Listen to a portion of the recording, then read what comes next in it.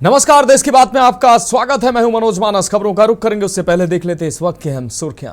पाकिस्तान ने international border पर चौकियां की खाली, पाकिस्तानी झंडे हटाए गए। केंद्र ने पूर्व राज चीफ को राष्ट्रीय सुरक्षा सलाहकार बोर्ड का चेयरमैन बनाया। पाकिस्तान में भारतीय युद्धपोत INS विक्रांत की दहशत, भारतीय नौसेना ने एक्स पर पोस्ट कर दिया संदेश। हम किसी भी चुनौती का सामना करने के लिए पूरी तरह मुस्तैद, हमसे न कोई मिशन दूर है और न कोई सागर विशाल है। दिल्ली में मंगलवार का दिन रहा बैठकों वाला दिन। CCS, CCPA, CCEA समेत केंद्रीय कैबिनेट की हुई अहम बैठकें। नेशनल सिक्योरिटी बोर्ड में बड़ा बदलाव, पूर्व रॉ चीफ आलोक जोशी होंगे चेयरमैन। बोर्ड में कुल 7 सदस्य होंगे शामिल। उत्तराखंड में चारधाम यात्रा का हुआ आगाज, गंगोत्री यमुनोत्री धाम के खुले कपाट। CM धामी ने किए दर्शन, PM मोदी के नाम से हुई पहली पूजा। और बाबा साहब के संग अखिलेश की फोटो पर विवाद, सपा ने तस्वीर में खुद को बाबा साहब के बराबर आंका, बराबर दिखाया। उत्तर प्रदेश में बीजेपी ने सपा के खिलाफ प्रदर्शन किया। आप देख रहे हैं के न्यूज, खबरों का सारथी। और अब खबरें विस्तार से। हरियाणा के सिरसा से अहम खबर, जहां सिरसा जिले के जमाल गांव में पानी की सप्लाई बंद होने से पेयजल संकट गहरा गया। बुधवार को गांव की महिलाओं ने जल घर में बनी डिग्गियों से पानी भरने पर विरोध जताया और जल घर के मुख्य गेट पर ताला लगा दिया। गांव में पानी की सप्लाई शुरू नहीं होने के कारण टैंकर संचालक डिग्गियों से पानी भरकर प्रति टैंकर 700 से 800 रुपए ले रहे थे। इस विरोध के बाद टैंकर चालकों ने 3 घंटे की बातचीत के बाद भरा हुआ पानी वापस डिग्गी में डाल दिया और आगे से जल घर से पानी न भरने का आश्वासन दिया। ग्रामीणों ने जल घर से पानी की सप्लाई तुरंत शुरू करने की मांग की है। इस गांव की करीब 15,000 की आबादी को पीने के लिए टैंकरों पर निर्भर रहना पड़ता है।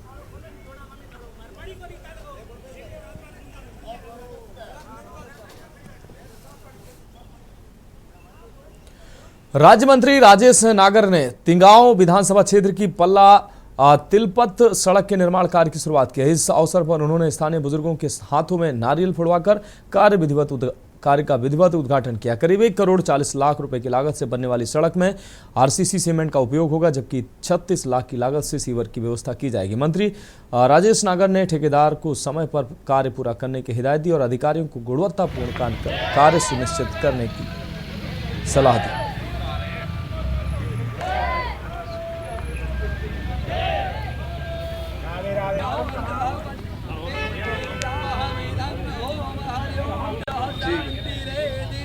भी डाली गई है, इसलिए ये रोड को खोदा गया था, उसकी वजह से इसको दोबारा बनाया था। मंत्री जी, कई आपकी योजनाएं तिलपत में चल रही हैं, बहुत पैसा तिलपत को आपने दिया है, लेकिन योजनाएं बंद पड़ी हैं। हमने कल भी पड़ताल की थी, ठेकेदार काम सही नहीं कर रहा है, लोगों की शिकायतें। इसको कौन सा ठेकेदार है? अभी जैसे सीवेज का था, जो यहाँ तालाब बनाया जाता वो छोड़ के चला गया, खाली मिट्टी डाल गया।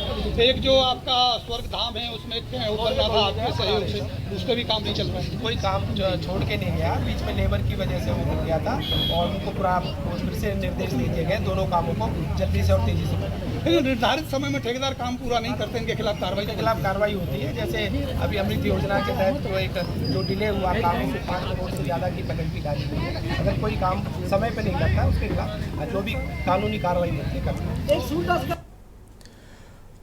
मोगा से अगली खबर है। मोगा पुलिस द्वारा लगातार नशे के खिलाफ छेड़े गए युद्ध के तहत नशा तस्करों के खिलाफ कार्रवाई की जा रही है। आपको बता दें, देर रात गुरुजी मेडिकल स्टोर मैन चौक पर ड्रग्स इंस्पेक्टर और पुलिस द्वारा अदालत के आदेश पर संयुक्त रूप से रेड की गई, जिसमें 1080 नशे गोलियां और 4 शीशियां बरामद की गई। जानकारी देते हुए DSP सिटी रविंदर सिंह ने बताया कि अदालत के आदेश अनुसार आज गुरुजी मेडिकल स्टोर पर रेड की गई, जिसमें 1080 गोलियां और 4 शीशियां बरामद की गई। पिछले दिनों विजय कुमार, जो कि कैंप भीमनगर का रहने वाला है, 4 करोड़ 20 लाख 28 हजार रुपए की नशीली दवाइयां और 52,500 रुपए की ड्रग्स मनी बरामद की गई थी।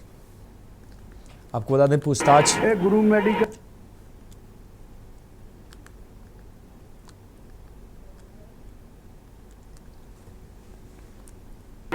गुरु मेडिकल आ, इन्हां दे जिहड़े ओनर हैगे आ, उन्हां दे खिलाफ पहला एक परचा दर्ज होया।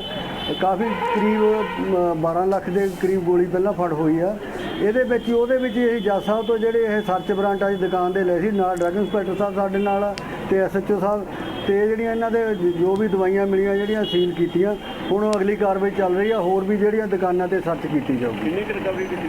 ਇਹਦੇ ਵਿੱਚ 1080 ਗੋਲੀਆਂ ਵਾ ਤੇ 4 ਜਿਹੜੀਆਂ ਸ਼ੀਸ਼ੀਆਂ ਹੈਗੀਆਂ ਨੇ। ਜਿਹੜਾ ਸਰ ਦੁਕਾਨ ਵਾਲਾ ਹੈਗਾ ਜੇ ਨਾਮਜ਼ਦ ਕੀਤਾ ਔਰ ਅਰੈਸਟ ਕਰ ਲਿਆ ਗਿਆ ਕਿ ਕਿਵੇਂ? ਨਹੀਂ, ਉਹ ਭੱਜੇ ਹੋਏ ਆ, ਉਹਨਾਂ ਦੇ ਜਲਦੀ ਉਹਨਾਂ ਤੇ ਵੀ ਅਰੈਸਟ ਕੀਤੇ ਜਾਣਗੇ। अगली अहम खबर मध्य प्रदेश के भिंड से है, जहां लाहौर में आयोजित नवीन कानूनों को आधारित कार्यशाला में पुलिस अधीक्षक डॉक्टर असित यादव और एसडीओपी प्रवीण त्रिपाठी की प्रभावी उपस्थिति रही। कार्यशाला में थाना प्रभारियों व विवेचकों को भारतीय न्याय संहिता बीएनएस, भारतीय न्याय विधि संहिता यानी कि बीएनएसएस और एविडेंस एक्ट के नए प्रावधानों की विस्तृत जानकारी दी गई। प्रशिक्षण का उद्देश्य पुलिस विभाग की कार्यक्षमता में वृद्धि करना और न्यायिक प्रक्रिया को अधिक प्रभावशाली बनाना है। एसपी डॉक्टर असित यादव ने कहा कि नए कानूनों की जानकारी से विवेचना की गुणवत्ता बेहतर होगी।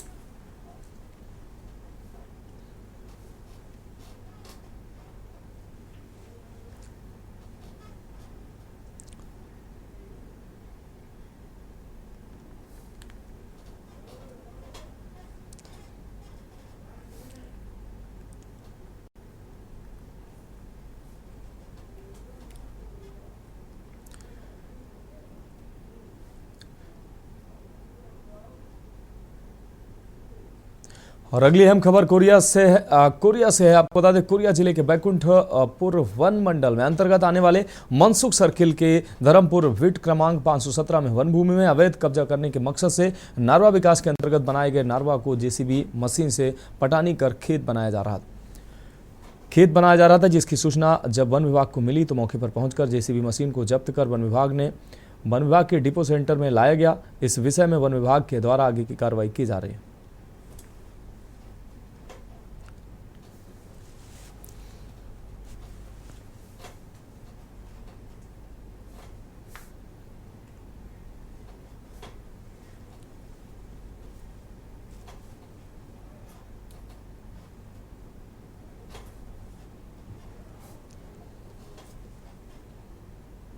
बीट धर्मपुर में कंपार्टमेंट नंबर 517 में अवैध उत्खनन का कार्य किया जा रहा था। गांव वाले और मुखबिर की सूचना पर वन विभाग की टीम पहुंचकर आगे की कार्रवाई की जा रही है। जेसीबी जब्त की गई है कि क्या उत्खनन हो रहा था वहाँ पे?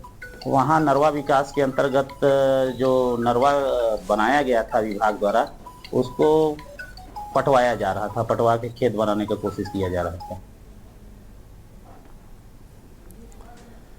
रुक करेंगे अगली अहम खबर का महाराष्ट्र से। अगली अहम खबर, जहां राज्य में गर्मी की लहर लगातार जारी है अब, और पुणे का तापमान जो है 43 से ऊपर जा पहुंचा है।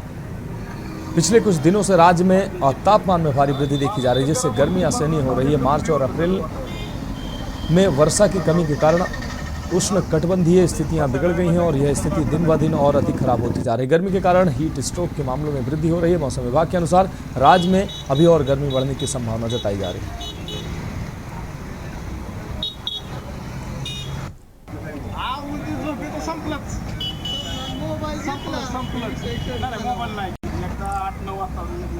मोबाईल टिपून दिला ना आपण दुसऱ्या दिवशी सकाळी 5:30 वाजता।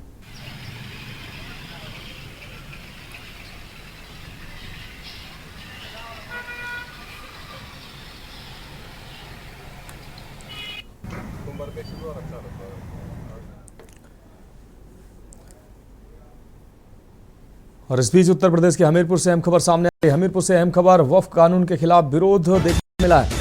उत्तर प्रदेश के हमीरपुर से अहम खबर, मुस्लिम इलाकों के घरों दुकानों की लाइट बंद दिखी है।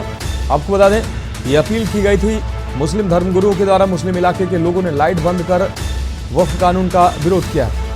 9 से 9:15 बजे के बीच लाइट बंद कर वक्फ कानून के विरोध की अपील मुस्लिम मौलानाओं के द्वारा की गई थी। अब इसका असर भी देखने को मिला है। मुस्लिम इलाके के लोगों ने लाइट बंद कर वक्फ कानूनों का विरोध किया है। वक्फ कानून के खिलाफ दर्ज कराया अपना ये अनोखा विरोध। तो हमीरपुर से अहम खबर है, AIMIM चीफ असदुद्दीन ओवैसी ने की थी अपील।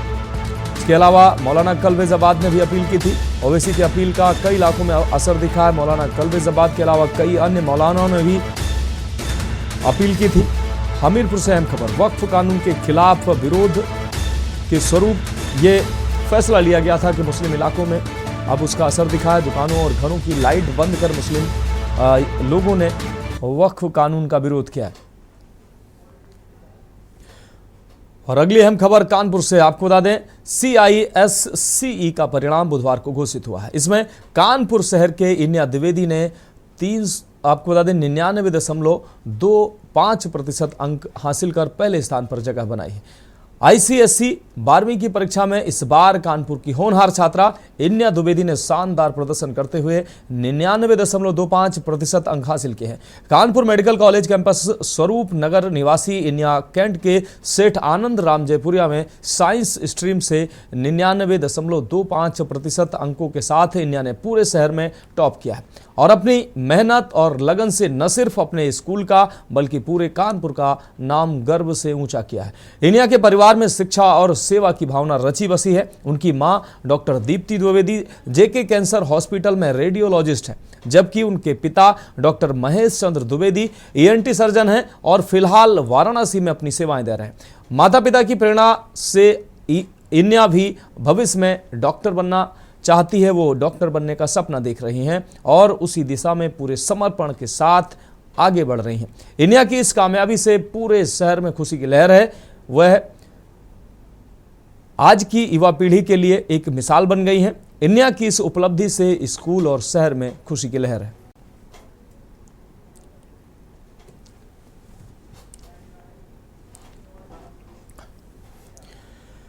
अब रुक करेंगे अगली अहम खबर का। कानपुर से अगली अहम खबर है, जहां संत JBS चर्च अशोकनगर में दिवंगत संत पोप फ्रांसिस की स्मृति में श्रद्धांजलि सभा का आयोजन किया गया। क्योंकि 9 दिन के विश्वव्यापी शोक का यह अंतिम दिन था। चर्च के मुख्य पुरोहित श्रद्धेय एंथोनी केके ने श्रद्धालुओं का स्वागत किया और कहा संत पोप करुणा व शांति के प्रतीक थे। बाइबल के पाठ फ्रिस्का टोपो और सह पुरोहित एंथोनी स्वयं में किया। इस पाठ में याद दिलाया गया कि प्रभु यीशु मसीह भला चरवाहा था जिन्होंने अपने रेवड़ के लिए अपना जीवन न्यौछावर किया।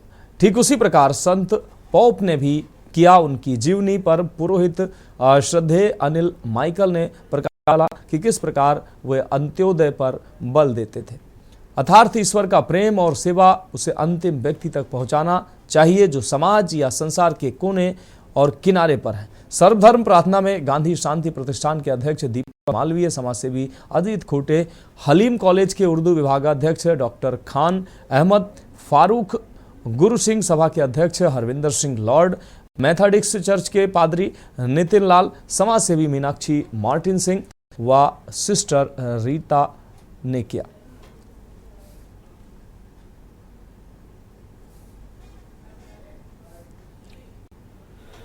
ये संदेश देना चाहते हैं केवल नहीं, पूरे संसार को और समाज को लड़ाई झगड़ा करना छोड़ दें, ऊप नीच भूल जाएं, अमीर गरीब भूल जाएं, युद्ध विराम होना चाहिए, जो न्यूक्लियर आर्मामेंट्स है उसको भी खत्म करना चाहिए। संत पापा फ्रांसिस बार बार कहते रहे, गाजा पट्टी के लिए वो बार बार कहते रहे। ये बहुत जास्ती यहाँ हो रही है। यहाँ पे फजूल के बच्चे, उनके स्कूल, उनके अस्पताल पे बमबारी हो रही। ये कौन सी बहादुरी है कि आप 200 मील दूर से मिसाइल दागते हैं या ड्रोन से हमला करते हैं और निर्दोष लोगों को मारते हैं? इसमें कोई बहादुरी नहीं है, ये कायरता है।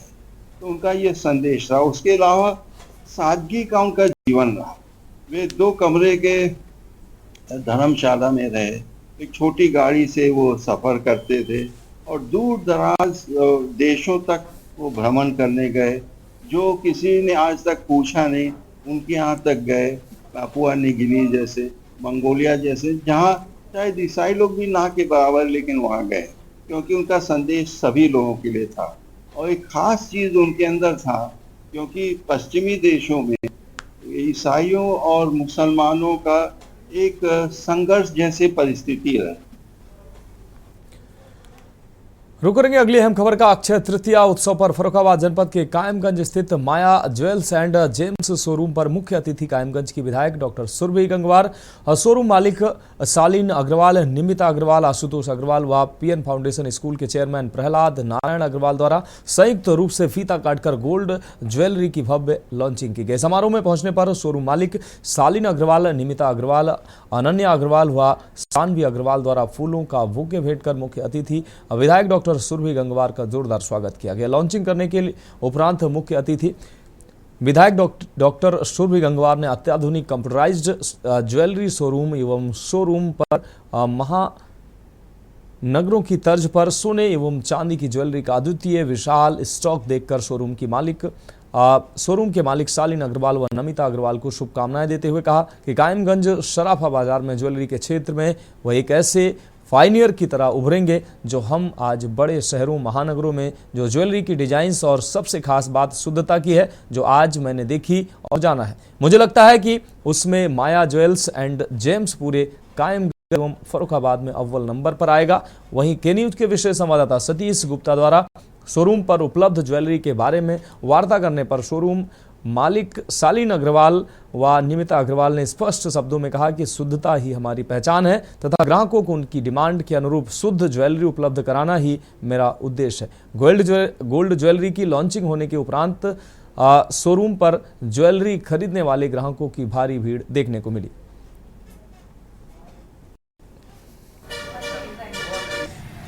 आज अक्षय तृतीया के शुभ अवसर पर Maya jewels and gems showroom transport चौराहा कायमगंज में आज गोल्ड ज्वेलरी का लॉन्चिंग हुई है।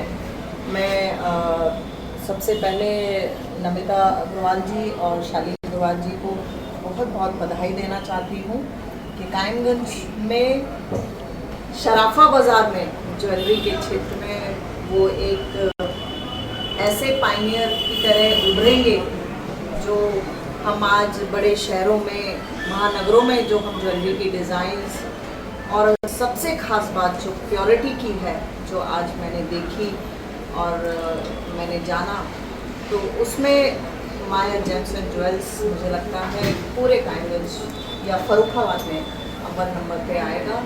मैं पूरे परिवार को और साथ में उनकी दोनों बेटियों को भी बधाई दूंगी क्योंकि आज हम जिस शोरूम में खड़े हैं इसकी डिज़ाइनिंग, इसकी आइडिया, इसका सोच उनकी बेटियों ने भी दिया है। तो उन बेटियों के भी उज्जवल भविष्य की मैं कामना करूंगी जिस तरह मैं माया जेम्स एंड ज्वेल्स के उज्जवल भविष्य की आज इस शुभ अवसर पर कामना करूँगी। रुक करेंगे अगली अहम खबर का। बलिया में पहलगाम में हुए आतंकी हमले को लेकर गाजीपुर में लोकसभा से समाजवादी पार्टी के सांसद अफजाल अंसारी ने कहा कि सारा देश देख चुका है, दिल्ली की सरहद पर किसान खड़ा है, महीनों बीत गया, किसान दिल्ली में नहीं घुस सका, लेकिन हमारी कैसी सरहद है, हमारा कैसा चौकीदार है कि विदेशी आतंकवादी हथियारों से लैस होकर अंदर आ जाएं और सैकड़ों किलोमीटर बॉर्डर से अंदर आकर जघन्य घटना को अंजाम देकर वापस चले जाएं। हमें शर्म नहीं आती क्योंकि हम बेशर्म हैं, लेकिन देश तो समझ चुका है किधर कन्वर्ट करना चाह रहे हैं, उधर कन्वर्ट भी नहीं हो पा रहा है। सवाल पूछा जा रहा है। 10 दिन पहले वहां पर भाजपा के एक सांसद अपना जन्मदिन मनाने गए और भारी सुरक्षा बल मुहैया कराया गया और उन्होंने खूब जश्न मनाया, लेकिन उनके लौटने के बाद जहां 2000 से अधिक पर्यटक वहां आए हुए थे। आप कहते हैं कि परिंदा भी पर नहीं मार सकता और आतंकवादी अंदर घुसता है और निर्दयता के साथ घटना को अंजाम देता है। उसका मुकाबला करने के लिए एक भी जवान नहीं होता है जो गोली का जवाब गोली से दे सके।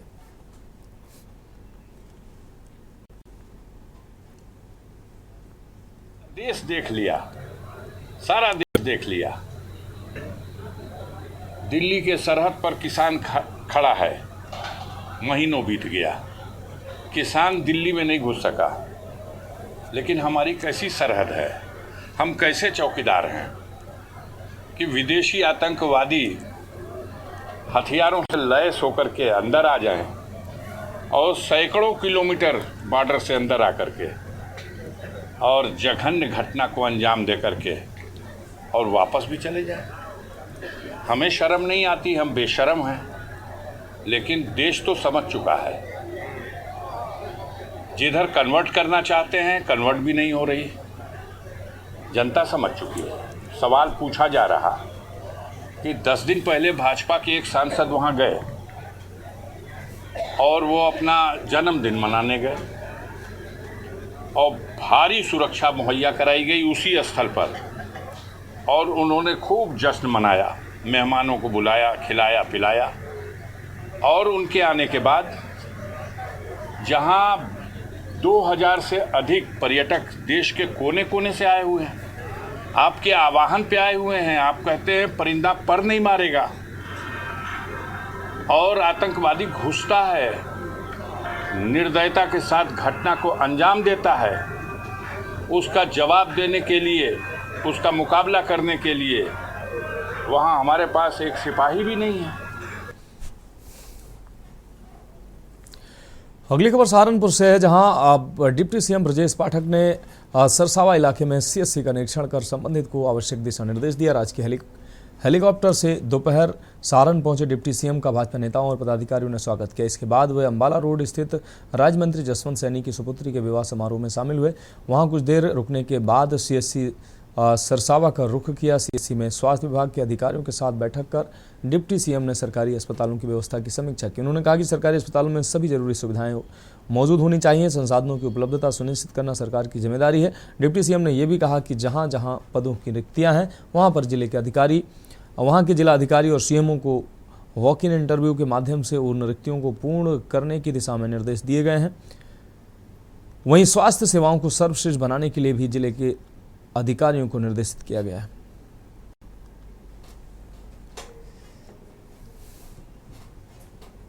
आज सहारनपुर जनपद के चिकित्सा शिक्षा विभाग तथा चिकित्सा एवं स्वास्थ्य विभाग के सभी अस्पतालों की बिंदुवार हमने समीक्षा की है। सहारनपुर जनपद को चिकित्सा क्षेत्र में सर्वश्रेष्ठ डेवलप करना है, यहाँ कोई समस्या नहीं आनी चाहिए।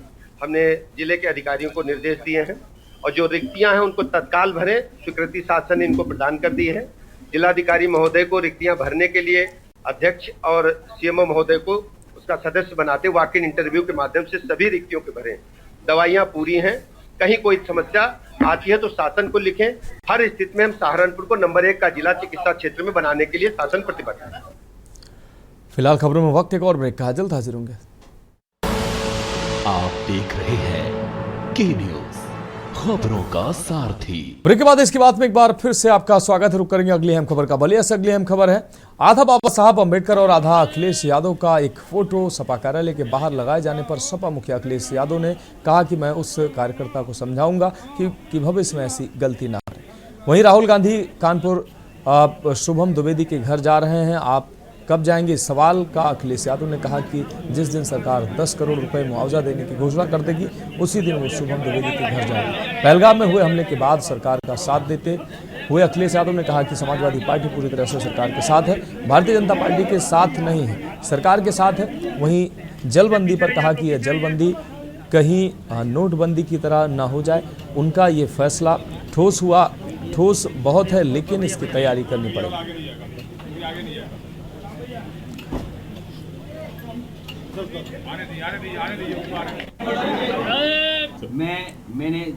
मैंने कहा और फिर मैं दोहराता हूं कि लालचंद गौतम जो समाजवादी कार्यकर्ता गोंडा का लोहियाबानी का जिलाध्यक्ष है, उसने पोस्टर तस्वीर अगर इस तरह बनाई है, मैं उसे समझाऊंगा और भविष्य में ये गलती कभी नहीं होगी। अध्यक्ष जी, पाकिस्तान के उप प्रधानमंत्री ने कहा है कि 24 से 36 घंटे के अंदर भारत पाक के ऊपर हमला कर सकता है, इसे कैसे रोकें? समाजवादी पार्टी ने और देश की सभी राजनीतिक दलों ने, इसके साथ साथ देश की पूरी जनता सरकार के साथ है। भारतीय जनता पार्टी के साथ नहीं, सरकार के साथ है। सरकार जो ठोस के बाद ठोस कदम उठाना चाहे वो उठाए, पूरी जनता उनके साथ है। खबर हमीरपुर से है, जहां बाबा साहब भीमराव अंबेडकर के साथ सपा अध्यक्ष अखिलेश यादव का पोस्टर वायरल होने के बाद समाजवादी पार्टी के विरोध में सड़कों में भाजपा कार्यकर्ता उतरे हैं। बाबा साहब भीमराव अम्बेडकर और अखिलेश यादव की आधी फोटो लगाने के विरोध में भाजपा कार्यकर्ताओं ने जमकर प्रदर्शन किया।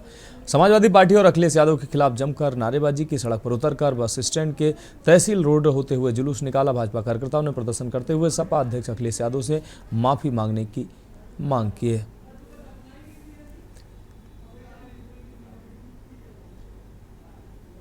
तरीके से विरोध व्यक्त किया गया, क्या प्रकरण? देखिए कि जैसा कि हम सभी जानते हैं कि कल एक लखनऊ में समाजवादी पार्टी की एक बड़ी बैठक हुई। उसमें हमने देखा कि बाबा साहब का फोटो और अखिलेश यादव का फोटो उस बैनर में बराबर से लगाया गया। बाबा साहब से अपनी तुलना करना मानवीय दृष्टिकोण से गलत है। अखिलेश यादव इतना अहंकार में आ गए हैं, उनको सही और गलत नहीं दिखता। उनको लगता है कि मैं सर्वे सर्वा हूँ। एक तरफ जिन्होंने संविधान का निर्माण किया, संविधान निर्माता भारत रत्न बाबा साहब को हम सभी लोग, एक बीजेपी नहीं सारे दल के लोग उनको पूछते हैं, उनको मानते हैं। वहीं पर समाजवादी पार्टी के द्वारा ये घिनौना कृत्य कर दिया, उसके विरोध में भारतीय जनता पार्टी पूरे संपूर्ण उत्तर प्रदेश में एक बृहद धरना प्रदर्शन सांकेतिक रूप में हम लोग कर रहे थे। और अखिलेश यादव को इस घिनौना कृत्य के लिए पूरी समाजवादी पार्टी को माफी मांगनी चाहिए और इस ऐसे कुकृत्य की पुनरावृत्ति नहीं होनी चाहिए, इसकी हम सभी लोग मांग करते हैं। रुक करेंगे अगली खबर का। बागपत के बिनौली थाना क्षेत्र के गांव मुकीमपुरा में एक आपको बता दें एक प्रेम प्रसंग ने खौफनाक मोड़ ले लिया। आपको बता दें प्रेमिका के परिजनों ने प्रेमी की लाठी डंडों से पीट कर हत्या कर दी। दरअसल मुजफ्फरनगर के इटावा गांव निवासी अनिल की देर रात डंडों से पीट कर हत्या कर दी गई। अनिल अपने भाई के ससुराल मुकीमपुरा गाँव आया था। रात में घटना की चलते ही पीआरबी मौके पर पहुंची। पुलिस ने मृतक के शव को कब्जे में लेकर पोस्टमार्टम के लिए भेज दिया है और पूरे मामले की जांच पड़ताल में जुट गई है। मृतक के शरीर पर गंभीर चोट के निशान मिले हैं। पुलिस की प्रारंभिक जांच में सामने आया है कि एक युवती से प्रेम प्रसंग के चलते युवती के परिजनों ने अनिल की हत्या की है। बागपत पुलिस अधीक्षक सूरज कुमार राय का कहना है कि मृतक के भाई की तहरीर पर मुकदमा दर्ज कर नामजद अभियुक्तों को हिरासत में लिया गया है और वैधानिक कार्रवाई की जा रही है।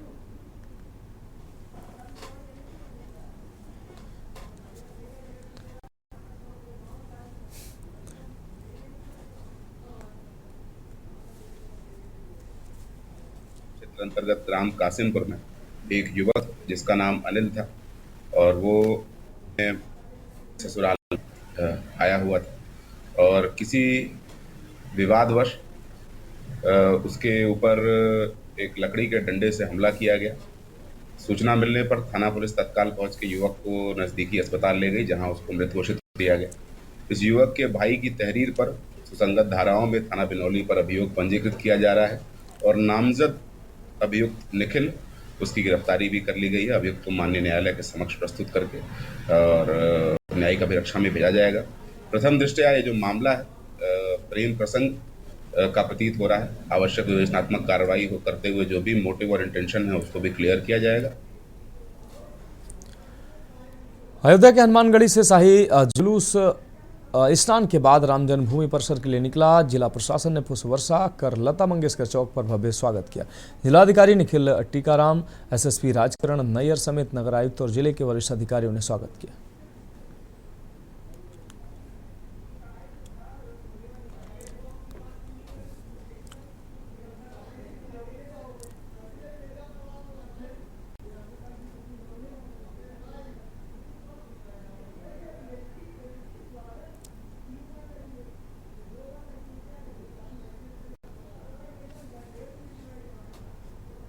के लिए लगभग 200-300 सालों बाद अपने मंदिर से बाहर निकले हैं, तो निश्चित ही ऐसी ऐतिहासिक क्षण है।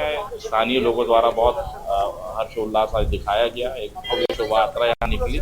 यहाँ पर पुलिस और प्रशासन की पुख्ता व्यवस्था हम लोगों ने इंतजाम किया है और अब तक जो आधा रूट जो है तय कर चुके हैं और बाकी रूट जो है वो भी अभी धीरे धीरे तय हो रहे हैं। हनुमानगढ़ी निर्वाण यानी अखाड़े की सबसे प्रमुखतम पीठ है और हमारे सनातन धर्म का प्रमुख अखाड़ा है, उसकी प्रधान पीठ है। वहाँ के गद्दी नसीम आचार्य के बारे में यह मान्यता है कि वह अपने हनुमानगढ़ी परिसर से बाहर नहीं निकल सकते। विशेष अवसरों पर ही वो निकलते हैं और उनको हनुमान जी की प्रेरणा हुई कि वो रामलला के दर्शन करने जा रहे हैं। उस दृष्टिकोण से आज सरयू स्नान करके रामलला का दर्शन करने जा रहे हैं, तो यह हम सभी के लिए बहुत प्रसन्नता की बात है कि हनुमान जी की प्रेरणा से आज गद्दी नसीम हम लोगों के बीच में निकले हैं और हम सभी लोग उनका स्वागत इसी भाव से कर रहे हैं कि स्वयं हनुमान जी जैसे पधारे हुए। हनुमानगढ़ी से शोभा यात्रा आज ये निकाली जा रही है, गद्दी नशीन है और सभी पट्टियों के साधु संत हैं और ये शोभा यात्रा हनुमानगढ़ी से आज सुबह लगभग 7:30 बजे निकल के नया घाट पर स्नान करने के बाद राम जन्मभूमि में दर्शन पूजन करने के बाद समाप्त होगी। सुरक्षा के दृष्टिकोण से शोभा यात्रा के आगे, पीछे, बीच में और दाएं बाएं सभी जगह पुलिस बल का व्यवस्थापन किया गया है और ट्रैफिक का प्रॉपर डाइवर्जन किया गया है।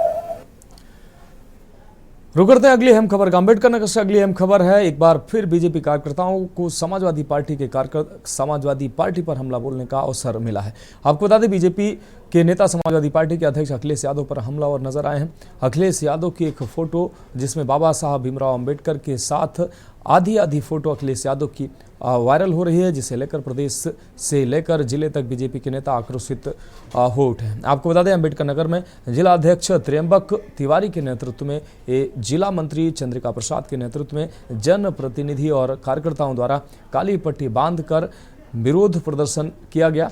जिला मंत्री चंद्रिका ने कहा कि समाजवादी पार्टी द्वारा बाबा साहब भीमराव अम्बेडकर की तुलना सपा के राष्ट्रीय अध्यक्ष अखिलेश यादव से की गई है और ये कृत्य बाबा साहब को अपमानित करने के लिए किया गया है। विधायक धर्मराज ने कहा कि ये समाजवादी पार्टी द्वारा बेहद निंदनीय कार्य किया गया है, जिसे लेकर बीजेपी जिलाध्यक्ष त्र्यंबक तिवारी ने प्रेस वार्ता भी की। प्रदर्शन में पूर्व जिलाध्यक्ष कपिल देव वर्मा, रमाशंकर सिंह, रजनीश सिंह, अरविंद सिंह, दीपू, संतोष कुशवाहा, वाल्मीकि उपाध्याय व अन्य लोग भी मौजूद रहे।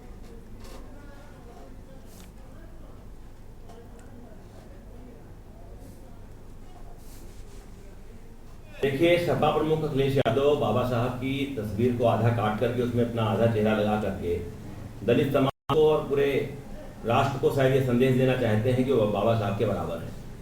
लेकिन बाबा साहब का जो स्थान है वो भारतवर्ष में अलग है और बाबा साहब का अपमान किसी भी कीमत पर भारतीय जनता पार्टी बर्दाश्त नहीं कर सकती है, समाज बर्दाश्त नहीं कर सकता है, राष्ट्र बर्दाश्त नहीं कर सकता।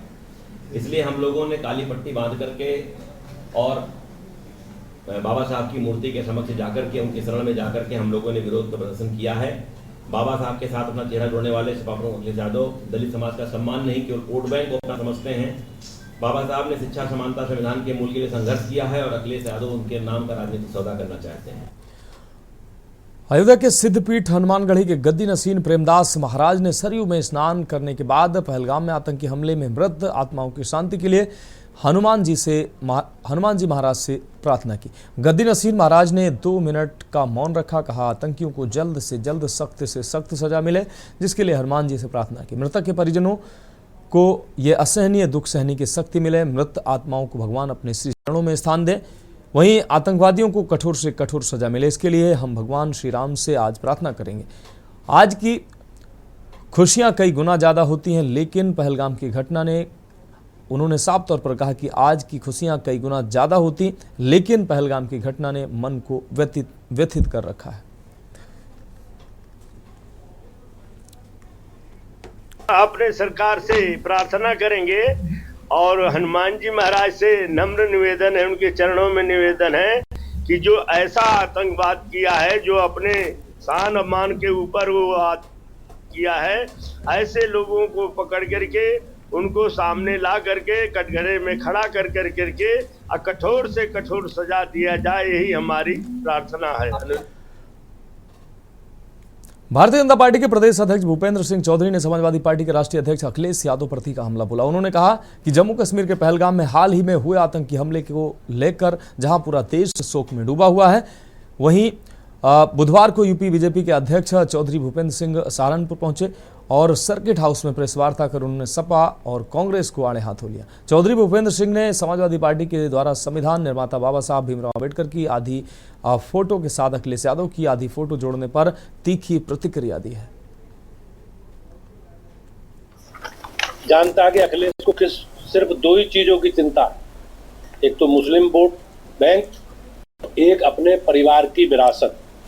यही वजह है कि वो कभी किसी को दलित पार्टी को शीर्ष पद पर नहीं पहुंचने देंगे। ये सिर्फ उनका उपयोग करने का काम करेंगे। अखिलेश यादव जी के इस प्रयास से निश्चित रूप से उन्हें माफी मांगनी चाहिए आज दलित समाज जागरूक है और ऐसे दिखावटी सम्मान को खारिज करता है। माननीय प्रधानमंत्री नरेंद्र मोदी जी के नेतृत्व में डॉक्टर भीमराव अंबेडकर जी से जुड़े सभी स्मृतियों को चिन्हित करके उसे विकसित करने का काम करके सच्चे अर्थों में बाबा साहब को श्रद्धांजलि दी है। संत कबीर नगर से एक ऐसा मामला सामने आया है जिसे देखकर हर कोई हैरान रह गया है। आपको बता दें, अमर ढोभा से मेहदावल तक कुछ दबंग युवकों ने पीछा कर एक युवक की जमकर पिटाई की। बाइक और कार सवार दबंग युवकों ने युवक की जमकर पिटाई की। वहीं इस पूरी घटना का वीडियो सोशल मीडिया पर वायरल हो रहा है। इतना ही नहीं, आरोपी युवकों ने पीड़ित युवक को गोली मारने की भी धमकी दे डाली।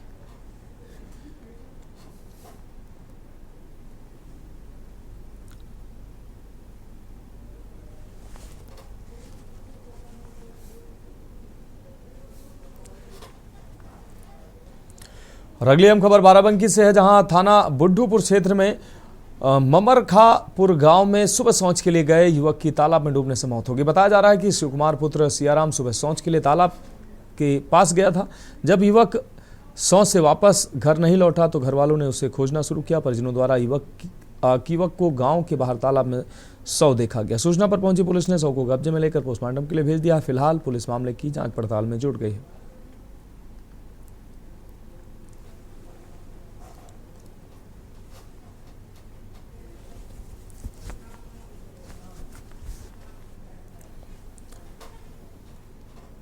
और अगली अहम खबर हमीरपुर से है, जहां डीएम आवास से आपको बता दें सटी करीब 58.14 एकड़ की बेशकीमती कृषि भूमि को अकृषि दर्शाकर निजी पक्षकारों को लाभ पहुंचाने के गंभीर प्रकरण में बड़ा खुलासा हुआ। मामले में अभिलेखों से छेड़छाड़ और रिकॉर्ड को कोर्ट में जानबूझकर न पेश करने के आरोप में एसडीएम सदर शुक्रमा प्रसाद विश्वकर्मा की तहरीर पर 13 लोगों के खिलाफ एफआईआर दर्ज की गई है। जांच में सामने आया है कि वर्ष 2004 से 2007 के बीच तत्कालीन एसडीएम विजय कुमार गुप्ता, तहसीलदार, नायब तहसीलदार जैनब सिंह और लेखपाल राज किशोर ने दस्तावेजों में हेराफेरी कर भूमि को गैर कृषि दिखाया और विपक्षी पक्षकारों को अनुचित लाभ देने की कोशिश की। जिलाधिकारी ने अक्टूबर 2024 में विशेष जांच समिति का गठन किया था। रिपोर्ट में पुष्टि हुई कि मेरापुर डांडा और भिलावा डांडा की कुल 58.14 एकड़ भूमि को लेकर सरकारी पक्ष की ओर से कोर्ट में दस्तावेज जानबूझकर कमजोर तरीके से प्रस्तुत किए गए। एफआईआर में पैरवी करता रमेश कुमार सिंघल समेत 9 अन्य निजी पक्षकारों को भी नामजद किया गया है। ये मामला वर्षों से हाईकोर्ट में विचाराधीन है और अब प्रशासनिक सख्ती के बाद मामला नए मोड़ पर आ गया है।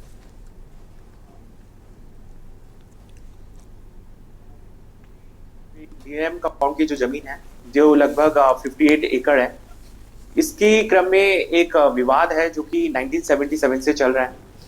हम लोग ने इसकी जांच कमेटी बैठाई और जब जांच इसकी करवाई गई तो पता चला कि 1977 में कुछ लोगों ने जो हमारे राजस्व कर्मचारी हैं उनके साथ सांठगांठ करके इस जमीन का जो है प्रकृति उसको बदलवाने का प्रयास किया, जिसमें वो कई बार विफल रहे, लेकिन सुनियोजित तरीके से इन्होंने करवा के उसमें कुछ परिवर्तन कराए।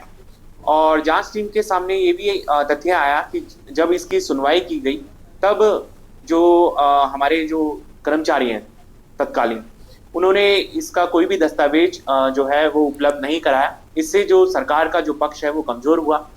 इसी क्रम में जब हमारी जांच टीम ने इंटेंस सर्च अभियान चालू किया। रुक करेंगे अगली अहम खबर का। चंदौली मुगलसराय थाना क्षेत्र के हमीदपुर में पनीर नहीं मिलने पर युवक द्वारा मंडप पर ट्रेवलर चढ़ाने के मामले से जुड़ा वीडियो वायरल हुआ है। पुलिस ने आरोपी को गिरफ्तार कर जेल भेज दिया है। पनीर को लेकर उपजे विवाद के बाद युवक ने घटना को अंजाम दिया है। लड़की के पिता ने युवक की कलछुल से पिटाई कर दी थी। घटना में आधा दर्जन लोग घायल हो गए थे। घायलों का बीएचयू ट्रामा सेंटर में इलाज चल रहा है। बताया जा रहा है कि घटना की सुबह पुलिस की मौजूदगी में विवाह संपन्न हुआ।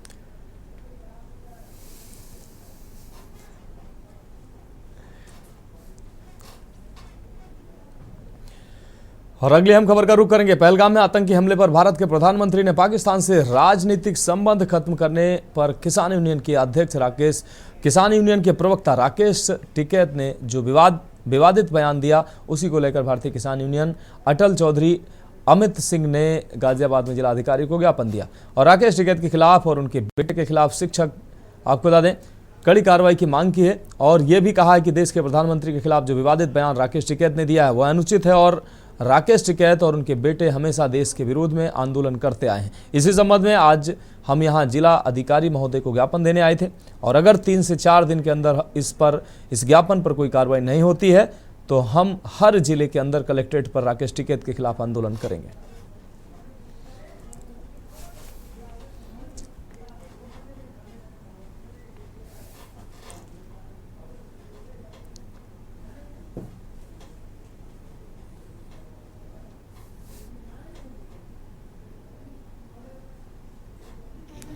एक जो कार्यक्रम था और हमने रात को सुना राकेश टिकैत और नरेश टिकैत का जो बयान है पहलगाम आतंकी हमले को लेकर, मुझे समझ में नहीं आ रहा है कि ये व्यक्ति भारतीय किसान यूनियन के राष्ट्रीय अध्यक्ष हैं और राष्ट्रीय प्रवक्ता हैं, लेकिन इनकी दुराचारी देश के सामने पूरी तरीके से उजागर हो गई है। इन्होंने शुरुआत जो है 370 जब आई तब इन्होंने उसका विरोध किया। खालिस्तानियों के साथ इन्होंने दिल्ली के लाल किले पर तिरंगा उतार के खालिस्तानी झंडा फहरवाया और बांग्लादेश जैसे हालात देश में होंगे ऐसे स्टेटमेंट दिए, अल्लाह अकबर के नारे लगवाते हैं। अब बोर्ड की ज़मीन पर जब हमारी भारत सरकार कोई प्रक्रिया करती है तो उसका विरोध करते हैं। यूपी के कौशाम्बी जिले के एक दिवसीय दौरे पर पहुंचे प्रभारी मंत्री दिनेश प्रताप सिंह ने एक राष्ट्रीय चुनाव प्रबुद्ध समागम कार्यक्रम में मुख्य अतिथि के रूप में शिरकत की। साथ ही कलेक्ट्रेट स्थित उदयन सभागार में प्रशासनिक व पुलिस प्रशासन के साथ समीक्षा बैठक की। इस दौरान उन्होंने मीडिया से मुखातिब होते हुए अखिलेश यादव सहित विपक्षी नेताओं पर जमकर करारा प्रहार किया। अखिलेश यादव द्वारा दिए गए बयान पर्यटकों की सुरक्षा व्यवस्था का समुचित प्रबंध नहीं किया गया था इसका जवाब देते हुए उन्होंने कहा कि मुझे दुख है कि अखिलेश यादव तथा राहुल गांधी को ईश्वर सद्बुद्धि दे। मैं मान भी लेता कि एजेंसियों से चूक हुई होगी, लेकिन यह समय आरोप प्रत्यारोप का नहीं है। आज की तारीख में अखिलेश यादव राहुल गांधी जी के मुंह से एक ही जवाब हमारे देश की जनता सुनना चाहती है, जिसने मेरी माँ बहनों की मांगों के सिंदूर को उजाड़ा है। निर्दोष बहनें विधवा हुई हैं, ऐसे लोगों को घर में घुस के मारा जाए। हमारे देश की जनता यही चाहती है। देखिए, मेरे 2 नेतृत्व हैं। आदरणीय योगी आदित्यनाथ जी की सरकार में मैं मंत्री हूं और उसके नाते कौशाम्बी जनपद का प्रभारी मंत्री हूं।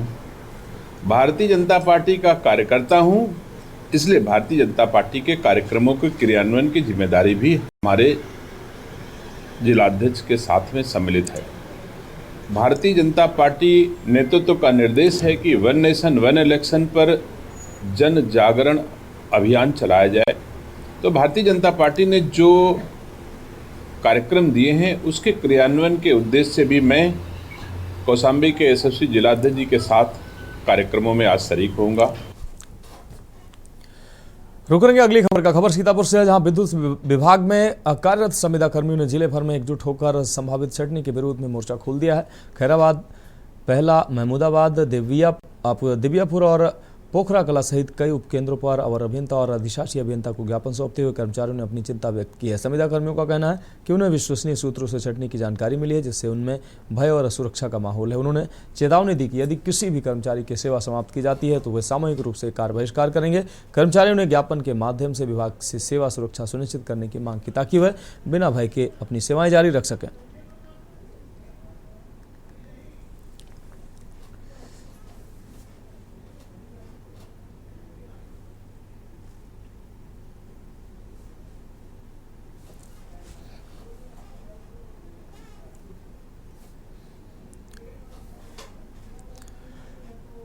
सोनभद्र के कर्मा थाना क्षेत्र में एक शादी समारोह के दौरान डीजे पर 2 पक्षों के बीच विवाद बढ़ गया, जो बाद में खूनी संघर्ष में बदल गया। बताया जा रहा है कि विवाद के दौरान एक युवक पर धारदार हथियार से हमला किया गया, जिससे उसकी हालत गंभीर बनी हुई है। मौके पर मौजूद लोगों ने घायल युवक को राजगढ़ CHC में भर्ती कराया, जहां इलाज के दौरान उसकी मौत हो गई। पुलिस ने शव को कब्जे में लेकर मामले की जांच शुरू कर दी है। इस घटना में 3 लोगों को नामजद आरोपी बनाया गया है। कर्मा थाना प्रभारी ने जानकारी दी है कि परिजनों द्वारा तहरीर मिलने के बाद मामले की आवश्यक कार्रवाई की जा रही है।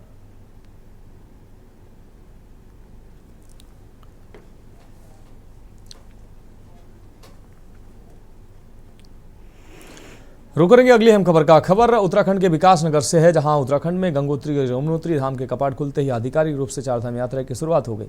इस पवित्र यात्रा के लिए देश के कोने कोने से श्रद्धालु पहुंच रहे हैं। वहीं इस बार यूरोपियन देशों से भी तीर्थयात्रियों का जत्था यहां पहुंचा है, जिससे यात्रा को अंतर्राष्ट्रीय स्तर पर भी पहचान मिल रही है। विकासनगर स्थित हर्बरपुर बस अड्डे पर बनाए गए तीर्थयात्री पड़ाव में यात्रियों का आना शुरू हो गया है। लगभग 25 विदेशी यात्रियों का एक दल पंजीकरण प्रक्रिया पूरी करने के बाद आगे रवाना हुआ। क्षेत्रीय विधायक मुन्ना सिंह चौहान ने पड़ाव का दौरा किया और व्यवस्थाओं का निरीक्षण किया।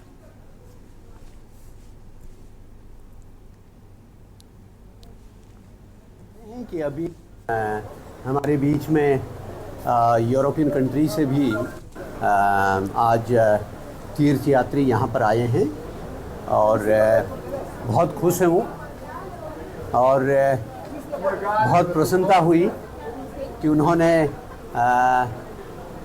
नमस्ते, हरे कृष्णा और यहाँ तक कि चरण स्पर्श करके अभिवादन किया हमारा। विदेशी श्रद्धालु दल है ये 25 लोगों का। ये अभी विकासनगर से निकलने वाले यमुनोत्री गंगोत्री केदारनाथ बद्रीनाथ के लिए सारे लोग हैं। इसमें ज़्यादातर महिला लोग हैं और जेंट्स भी हैं और विदेशी लोग हैं। 3, 4, 5, 8, 10 देशों से लिए आ गए हुए यात्रा के लिए। और यहाँ की यात्रा अच्छी है, काफ़ी इंतजाम गवर्नमेंट का और सही है। अच्छा, हम चाहते हैं कि बाहर का लोग यहाँ पे आए और हमारा कारोबार सही निकले। उत्तराखंड का, अमेरिका से हैं। अक्षय तृतीया पर शुरू होने वाली चारधाम यात्रा को लेकर यात्रियों का उत्साह अपने चरम पर है और यात्रा के पहले दिन प्रवेश द्वार हरिद्वार से यात्रियों के जत्था रवाना किया गया। पर्यटन सलाहकार राज्य मंत्री ओम प्रकाश जमदग्नि और अखाड़ा परिषद अध्यक्ष महंत रविंद्रपुरी के साथ साधु संतों की अगुवाई में मुंबई के तीर्थ यात्रियों को हरी झंडी दिखाकर रवाना किया गया। गंगा मैया हर हर महादेव के नारों के साथ श्रद्धालु रवाना हुए। श्रद्धालुओं के इस उत्साह से हरिद्वार के व्यापारी भी उत्साहित हैं। एसोसिएशन हरिद्वार भी हो, हमारी कोशिश ये है कि अच्छी से अच्छी गाड़ियाँ और सुरक्षा की दृष्टि से भी यात्रियों को अच्छी गाड़ियाँ मिले। और हमारा ध्येय ये भी है कि उनको वापसी में भी किसी तरह की कोई दिक्कत ना हो। इसी संदर्भ में माननीय मुख्यमंत्री जी का भी क्लियर डायरेक्शन है, किसी तरह की कोई दिक्कत ना हो। उसी को सपोर्ट करते हुए हम लोगों ने कोशिश करी है, इससे अच्छी गाड़ियाँ हरिद्वार में मिले और बेहतर तरीके से यात्रा स्टार्ट हो, और जिसकी आज हमने शुरुआत करी है। और काफ़ी टाइम से लोग वेट कर रहे थे, लेकिन इस बार कोई रजिस्ट्रेशन की लिमिट नहीं है और किसी तरह की कोई दिक्कत नहीं होने जा रही है।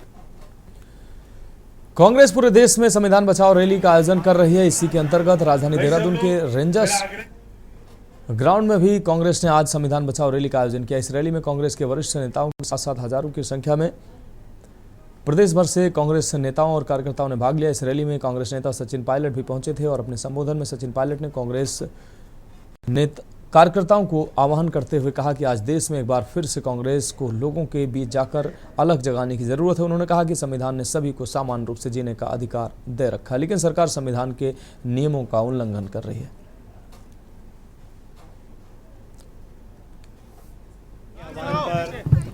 संविधान बचाओ रैली का आयोजन हुआ है और हजारों की तादाद में प्रदेश भर से कांग्रेस पार्टी के कार्यकर्ता और आमजन इस रैली में उन्होंने भाग लिया। पूरे देश में विपक्ष के नाते कांग्रेस पार्टी ने ये पीड़ा उठाया है कि लगातार केंद्र सरकार और भाजपा जो संविधान की मूल भावना के विरुद्ध काम कर रही है, जो संविधान की मूल भावना से खिलवाड़ कर रही है, लोगों के अंदर एक अजीब तरह का माहौल पैदा किया गया है। और जैसा राहुल जी कहते हैं, खड़गे साहब कहते हैं कि संविधान ने हर व्यक्ति को बराबर का हक अधिकार दिया है और देश में जो वातावरण निर्मित किया है वो एक ऐसा माहौल है जहां पर लोग अपने आप को असुरक्षित महसूस कर रहे हैं। संविधान के जो प्रावधान है उसका उनकी धज्जियाँ खुलेआम उड़ाई जा रही हैं। संवैधानिक संस्थाओं को लगातार नीतिगत तरीके से खोखला करने का काम किया जा रहा है। 70 सालों में ऐसा कभी नहीं हुआ और हम लोगों ने हमेशा संविधान को पोषित करने का काम किया। भाजपा की जो विचारधारा है उसमें संविधान के खिलाफ लगातार काम हो रहा है। सरकार अपनी एजेंसीज का दुरुपयोग कर रही है। निर्वाचन आयोग को निष्पक्ष उन्होंने छोड़ा नहीं है। सीबीआई का, ईडी का, इनकम टैक्स का, तमाम एजेंसीज का दुरुपयोग कर कर विपक्ष के लोगों पर प्रहार कर कर उनका मनोबल कमजोर करने का काम कर रही है। राष्ट्रीय नेतृत्व ने पूरे देश के कांग्रेस जनों का आह्वान किया है कि केंद्र में बैठी हुई सरकार संविधान के विपरीत आचरण करने का काम कर रही है। संविधान में व्यवस्था है कि इस देश के प्रत्येक नागरिक को समान अधिकार है, प्रत्येक धर्म को समान अधिकार है, लेकिन ये सरकार तो संविधान के विपरीत कार्य कर रही है। इसलिए राष्ट्रीय नेतृत्व मल्लिकार्जुन खड़गे जी ने, सोनिया जी ने, राहुल जी ने आह्वान किया कि 25 अप्रैल से 30 अप्रैल के बीच पूरे देश के अंदर प्रत्येक प्रदेश में जो है कांग्रेस जो है संविधान बचाओ रैली का आयोजन करे। उसी कड़ी में यहाँ ये आयोजन किया गया और आगे हम जिला स्तर पर, विधानसभा स्तर पर और बूथ स्तर पर जो है इस कार्यक्रमों का। अगली खबर हल्द्वानी से, जहां भाजपा संभाग कार्यालय में आयोजित पत्रकार वार्ता के दौरान नैनीताल उधम सिंह नगर से सांसद अजय भट्ट ने कांग्रेस पर जमकर हमला बोला। उन्होंने कहा कि भाजपा पर संविधान से खिलवाड़ के आरोप लगाने वाली कांग्रेस खुद आपातकाल जैसे काले अध्याय की दोषी रही है। अजय भट्ट ने पूर्व प्रधानमंत्री इंदिरा गांधी के शासनकाल का जिक्र करते हुए कहा कि आपातकाल के दौरान जनता पर भ्रष्टाचार किए गए हैं, जिसे देश कभी माफ नहीं करेगा।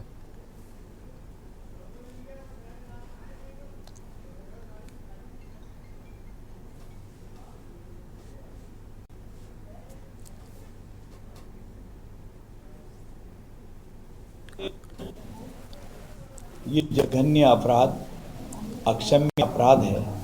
आपने देश के प्रधानमंत्री जी को सुन लिया है, उन्होंने क्या कहा है। हमें इंतजार करना होगा और आतंकवाद का सफाया करने में आज पूरा विश्व एक हुआ है। सब के सब आज भारत के साथ, मोदी जी के साथ खड़े हैं। जरूर इसके जल्दी कुछ परिणाम आएंगे और कुछ परिणाम आपने अभी देख भी लिए हैं। इससे पहले भी आपने आतंकवाद के खिलाफ परिणाम देखे हैं और थोड़ा इंतजार करना है और धैर्य रखना है।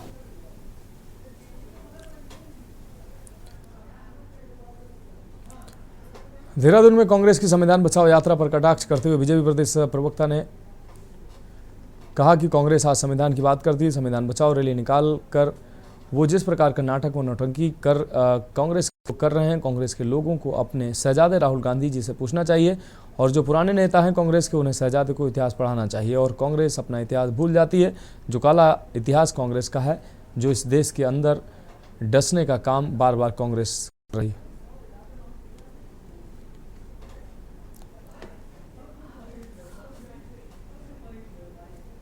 आज संविधान की बात कर रही है। संविधान बचाओ रैली निकाल करके वो जिस प्रकार से नाटक और नौटंकी कांग्रेस के लोग कर रहे हैं, कांग्रेस के लोगों को अपने शहजादे राहुल गांधी जी से पूछना चाहिए और जो पुराने नेता हैं कांग्रेस के, उन्हें शहजादे को इतिहास पढ़ाना चाहिए।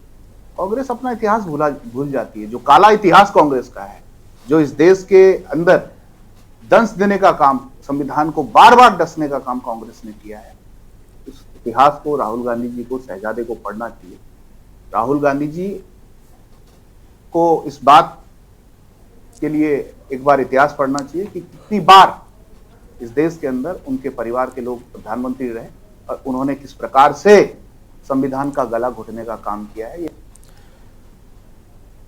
तो फिलहाल देश की बात में अभी के लिए मेरे साथ इतना ही। मुझे दीजिए इजाजत और आप देखते रहिए के न्यूज इंडिया।